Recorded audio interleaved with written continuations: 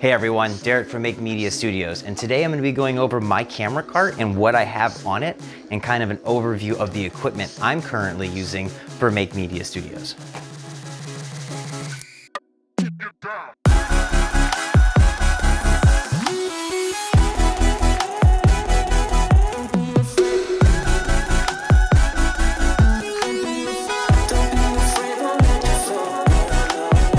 All right, let's get into it. I mean, we're gonna start from the top, we're gonna work our way through. So first of all, stands. I can never have enough stands, but typically I'm working with about 4 stands. So I usually have 2 light stands. These are Dracast light stands. They came with my Dracast 1000 Pros, which are right there.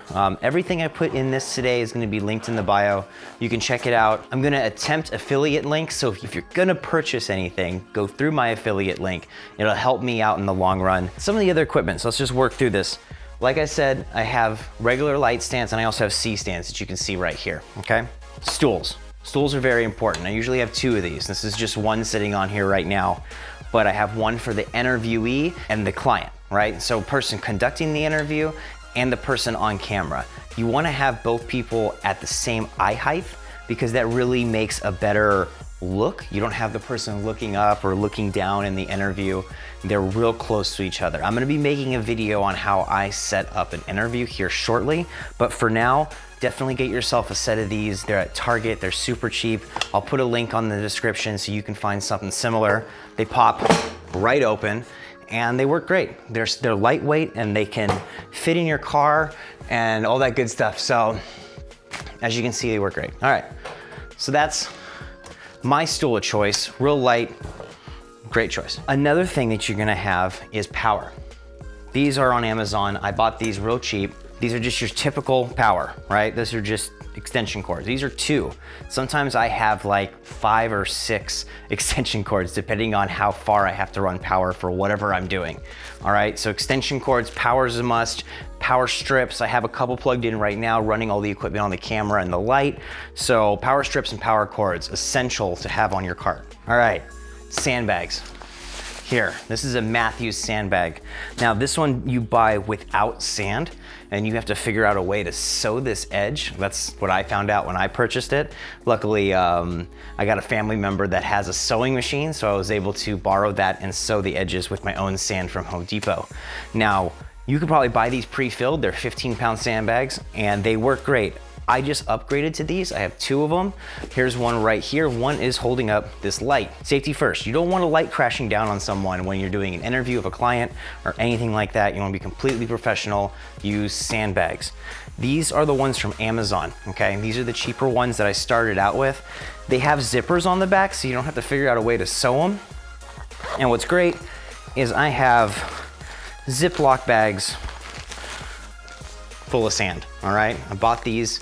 I just filled up sand from Home Depot, a couple bucks in some Ziploc bags in the zipper, put them inside, and that works amazing. Also having it in a Ziploc bag makes less sand fall out in your car and other places, and you don't wanna be in a client's place with like sand on the floor and them going, what's all this sand doing here? And you're like, oh, it's from my sandbags. I've done that, you don't wanna do that. But if you have the money and you can afford to buy these ones, the Matthews, these are definitely worth it. They wrap over the pole, they're 15 pounds, these are great. Sticks. Sticks are really important. Right now this bag is empty because that camera right there is on these sticks. So I would suggest getting a good set. Like I have a Manfrotto set that I'm using right now, which was my starting out sticks. I feel like I'm gonna be upgrading to a better one here shortly, you know, for a better fluid head, be able to hold more weight if I'm shooting with like a RED camera or something bigger than my A7 III. But this is a great starting out one. I started shooting hockey games with this, and I think this is a great one. This is a great Manfrotto tripod. Definitely invest in your equipment. I've learned now that when you buy a cheap piece of equipment, you realize you're gonna have to replace it faster. So just fork out the money up front to buy nice things like tripods and C-stands, which is next. All right, so C-stands, okay? This is a Limo Studio C-stand. First C-stand I bought, and it's not bad. It's a little heavier than the Matthews C-stands, but it's a little bit cheaper. I would suggest getting it for sure if you're starting out. You mean, I have 2 C stands, got one here and one with that key light on it, but I almost feel like I need 3 or 4 now. This is a great one. It's a little bit different than a Matthews stand, which I feel are the more superior stands, is it's got the detachable bottom, which it comes in handy sometimes to have this be able to come off and fit in my car a little bit easier. But sometimes you forget to tighten it and that gets scary. But it's a great stand. It's a little heavier. It worked out really good so far. I have 2 of these. I got a black one over there and I got a silver one right here. Get C stands. You definitely want at least 2 or 3. I use one for a microphone. I use one for a key light, for the backlight back here. This guy's just on a stand right now, but normally it would be on something like this. All right, and the last 2 things on top of my cart here, a foldable, expandable 5-in-1, I believe is what it is, bounce card. These are amazing, okay? These have gold, white, it's reversible to have a silver, and a black for a negative fill, and you also have a diffusion. This one's a diffuser in the middle. I use these for tons of things. I put them in front of a light. If I'm on set with Giggly Dickens and we're doing a shoot with people running, someone might be running next to them with one of these to be able to get a little bit of bounce in there, and it really helps out. Those are cheap. Those are on Amazon, made by Newer, super cheap. Moving blankets. Now, moving blankets are great because you can block out a window and you can also help you with like sound and audio recordings. It's good to have a couple of these. This one is blue, but if you put that on a window, it's gonna bounce blue light into the person, and that's gonna be unflattering. But this one actually has an inside that's black. So I put the black towards the person, then you have a negative fill, or you don't have any blue light bouncing back on someone, which could really mess with your colors and tones and skin tones. Like right now, I probably have weird skin tones because of this blue light behind me. But so moving blankets are a must. I would definitely get some of these. Again, links in the description down below. I'm now gonna rig up an overhead light while I go through some of my cases at the bottom of my cart. All right, so the next thing, all right, now that I got this camera set up above, I can show you some things here on the table itself. This cart has a tabletop, which normally doesn't come with it. You buy it separate, which is really great, and this cart is amazing. I'm gonna be showing that last in the video. But let's go ahead and go through some of my things. Here is my grip bag. Now my grip bag is just a simple Husky tool bag. That I reused from my tools in my house. When I call it my grip bag, it's just got a lot of random stuff in there that I need. Usually store my batteries. My battery set is in there. This has all my different batteries. I got all my Sony NPF batteries, which run my lights, run my Atmos 5 recorder. Also, I have batteries in here for my external audio recorder and my batteries for my camera. It's a Tupperware container. It's nothing super fancy. I bet you there's better options out there, but this is what I had in my house and it worked for me. All right, some of the other things I have in here, I do have a spare lens. I need to get more lenses personally. I only have a 28-70, which I believe is on this camera up here. That is my go-to lens, 24-70 Tamron that I'm using all the time. And also I had a 24-70 Sony G Master that I switched from, and that's actually that lens right there. Thank you, Jacob Penzo, who let me borrow it because I sold it to him. And then my other lens I use is a 14mm Samyang. Now this is for like my interior shots, things I'm doing with, you know, when if I do like real estate, I'm showing the interior of a home. I want to make those rooms look a lot bigger or feel bigger. So I'm using this lens here. It's got a big fisheye on the front. It doesn't look too fish-eyed in the camera though. It works out pretty well. Sometimes I shoot in an APS-C, so it's not a full 14, but it is wider than the 28 on the Tamron, so I go to this guy. It's also not that expensive. I want to say like 300 bucks or something like that. Some other things in the tool bag. This one is, as you do more interviews, I would suggest getting something like this. This is actually just a little bit of translucent powder and a makeup brush. My wife helped me get this and pick it out and choose the right one, but it's a finishing powder. It's translucent, so it won't change anyone's skin color, and it's just light powder. What it really does is if you have like someone like me that gets really greasy, you can get all that that shine off of their skin, usually for like faces and stuff like that, I probably have powder now on my face. Great, let's go see here and do this. Anyways, I use this for interviews to get the grease off of someone's face to make them less shiny, because the lights are gonna make people look shiny. It's pretty normal. Nice little makeup kit. I got that in there. Compressed air. Helps me blow off if I'm somewhere I'm filming and it's really dusty. I can clean up on my cameras and all that good stuff. Grip tape. Grip tape is a must. I have a few different types, but right now I have this black one in here. I got a white one somewhere, but grip tape works great because like I've done stuff on like cars and you want to remove the label on the car, and I'll put black tape over it and cut it out just to the size of the label so you don't see like the Mercedes-Benz label or something like that. And it doesn't leave a residue, as long as you don't get the cheap stuff. Make sure you buy, this is the Gaffer Power, which is the correct gaff tape. A knuckle, an extra knuckle for my C-stands if I need it. Home Depot clamps. These are a must. I have a few different sizes. I got smaller clamps, I got bigger clamps. Using those clamps right now to hold this paper so that it doesn't unroll. I'm also using these clamps to hold the moving blankets. I use the moving blankets and these clamps to block out a window. Usually you can clamp this onto something, recessed ceiling, you can clamp this on it. Right now I have a blanket clamped to the wall over there blocking a window. Tape measures, C47s, and yeah, a few different tools, pliers, stuff like that. That is my grip bag. Random tools, things I need, right there, readily available. All right, let's move on to the next one. This one's my first AC bag. Kind of similar to my grip bag, but this is what I would take when I go on a job where I'm just an assistant. Because I don't want to bring tons of equipment, and because the car's already gonna be full of equipment, this just has my essential things for me to assist someone. Things like pens, different markers, flashlights.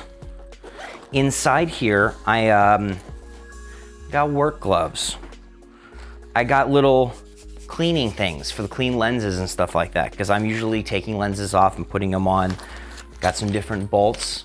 I got Allen wrenches. This is just kind of what I would use on a set. Wrenches, more C47s. This is my favorite pouch because I got little items in here. Okay, hand wipes. Old Cordoval hand wipes where I used to work. I got Advil, aspirins, chapstick, batteries, random earplugs. Say we're shooting something with like blanks or guns or explosions. You want to protect your ears, especially if you're gonna be on camera. You're gonna be close to those explosions and stuff like that. So yeah, that's my first AC bag. The only thing I'm missing from my first AC bag right now is, well, actually one other thing I have in here that I suggest everyone do is get one of every type of cable. This is your USB, USB-C, and lightning cables. And then I have a power pack, which is charging upstairs right now, and a plug-in for the power pack, so that I can plug in a cell phone or anything. If anyone comes to me and is looking to plug something in, they can probably find it in this bag. On here is also a Sandbag T-mark, which is pretty cool. Let's see if you can see it in the up angle, but I can use that to mark a person standing somewhere. For my clients, if I'm doing interviews, that's what I'm using there. And then also these are my Aperture MC lights, which these are diffusion bubbles for them. And my Aperture MCs are actually right here. I'm using them right now to just cast a blue light behind me. These are great. They are rechargeable, USB-C. They have magnets, so they can magnetize to anything you need. Put them on a ceiling. You can, there's effects on them, which are really cool. They are RGB and they're daylight tungsten bicolor lights, so you can use them for anything. But right now, I got one sitting on top of each other on a stand, making me a nice blue background. All right, so that is my first AC bag, okay? That's everything I have on there. I usually have these little lights with me when I go places because I like to show them to people. And I use them for little things if needed, just to fill a little extra light somewhere. Maybe like on a shelf or something like that behind a client when they're getting interviewed. You put a little light up there, light up that shelf. It really adds a lot, and just a little bit of extra light. All right, let's go on to just my lighting itself. I use Dracast lights. I got a few different types of Dracast lights. We're using a few right now. You can see one in the shot here. This is the Dracast 1000 Pro. I believe this is the Dracast 500 bicolor. This is my, usually my backlight. This would be hung up above someone's head using the C-stands and Sandbags. This light is what I use as the hair light. It's bicolor. It can run off of V-mount or MPF batteries. Here are your bicolor switches and knobs, but I love this light. It's a great light. I use it a lot. It's my little hair light. My main two lights, usually my key light and maybe a fill light, depending on what situation I have set up, are my Dracast Pro 1000.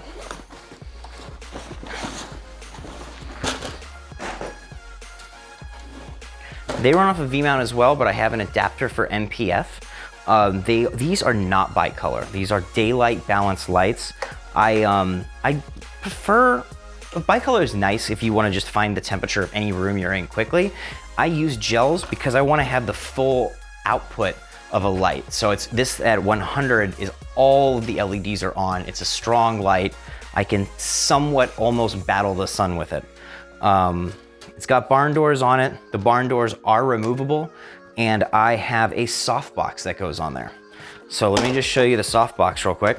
I actually bought these lights on eBay, and the softbox came with it. It's a Chimera 1x1 softbox, and they fit pretty well. It works pretty well with the light on this key light right now. I'm using it. I would love to have a bigger source of soft light eventually, but this works really great for right now, what I've been doing, and I don't think they're too expensive, but they sit right on there and they make a soft box for these lights. See, I can actually put this one on there and it would make that a soft light. Real big fan of those lights. Love the Dracast stuff so far. I might move over to Aperture eventually, which might be the next thing in the future, but so far Dracast has done really well by me. I had a little bit of a power issue with one of them, called them up, they gave me the replacement part, and I was able to fix it myself real cheap, so that was nice. All right, more equipment than I usually always have with me, Mavic Pro 2. This one's the one with the Hasselblad camera. I use this for pretty much the beginning of all my corporate videos. I'm usually flying it somewhere to get like the exterior of their building or just the entranceway shot. Use it for a lot of weddings.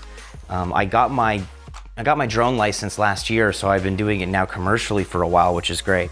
And this thing has lasted me a long time. I had the Mavic 1, which lasted about a year before I feel like it got technology advanced on it too fast, but I've had this one for almost a year and a half, and I feel like technology is still keeping up with it. So I love this Mavic. It's great. One thing I always suggest people to do though, if they're gonna have a drone, is you have to have ND filters. I have ND filters for my camera and I have an ND filter for my drone. These are Polar Pro, they're great. There's an ND, I think 4, 8, and 16. Usually using the 8 or 16.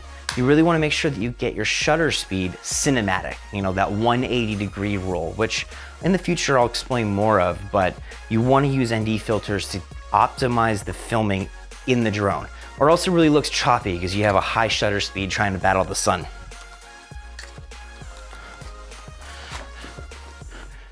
All right, on to the next thing. This was my very first camera bag that I bought when I was actually in Japan. This was the first camera bag that I purchased. It's great. I feel like getting a new one here in the future, maybe the Nomadic Peter McKinnon bag, but this one, as you can see here, I have it labeled as audio gear, okay? So I've just put all my audio equipment in here. A lot of it's missing right now because I am using my lav, and I have a few things out of here right now, but I can show you kind of what normally is in here. I'm usually have at least 2 XLR cables, again, linked in the description, Amazon. These aren't too bad. Probably gonna break on me one day, but they're working for now. A Zoom H5, I got this on eBay. It's got a broken mic here, but it still works great for just external recording, XLR, lav, shotgun mics, and stuff like that. I got a dead cat for my shotgun mic in here. And I also have my MKE 600. This is my go-to shotgun. If you've gone to any of the Giggly Dickens shoots or anything like that, I'm usually shooting this with a boom. This is boom audio that we use. It is a great shotgun mic. It's really great price. You can mount it on your camera. You put this on it in high wind situations. Most of my tutorials are shot with that microphone used for my main audio source. And of course, that all goes into that Zoom H5.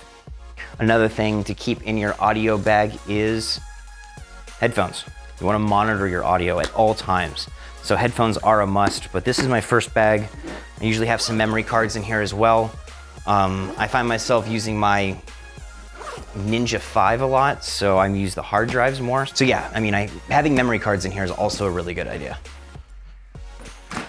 The last thing, my camera case, okay? Well, shout out, here it is, what, Kiggly Dickens, Kermwick. This is my camera case. This is a Pelican case that I got from my father. Thanks, Dad. And this one is, what's really great about it is you can make the inside, you can take out the foam in any way you want, okay? So this one, let's open it up. This one I have, like I said, I have my ND filters in here. I have a hard drive slot. This is where my Ninja 5 goes. I can put an A7 III right here. And this is the Crane 2 gimbal, which most of my B-roll and all the B-roll you see in this video is shot on. So pretty much this is my camera and gimbal bag. Got a couple lens wipes down here, little wet wipes if I need it. And yeah, what's great about this bag is everything is in here. If I'm just going for a basic shoot, I can just grab this bag, throw a battery in here and I'm good to go. Keeps everything safe, keeps everything well put together, and my last thing is this cart, okay? So I'm gonna go ahead and tilt the camera down for a second so you can see me take this thing apart. But this is it. This is the best thing that I have. I got this for Christmas from my wife. Thank you very much, honey. And I got, what's great about it is when I first started with this, I started collecting more and more equipment over time, and I would go to these customer locations and I'd have to take 5 or 6 trips for my car. And that started to get it would take about 30, 40 minutes to set up my equipment just to almost get it in the room. Now I can get in the room in 10, 15 minutes and start setting up right away, which is convenient for your customer, convenient for you. You're not breaking your back either, holding all these bags the whole time. So a cart is a must. I have a guy that I work for that had this same cart, so that's why I purchased it. Some of the things that are different about my cart are these little C clips. These are bought at Home Depot. They're just quick release clips. So this thing's kind of loose on top, but it doesn't go anywhere. It just sits there all the time, but these are so I can take it apart fast. So here, let me bring down that camera for you so you can see this thing taken apart and you can check it out.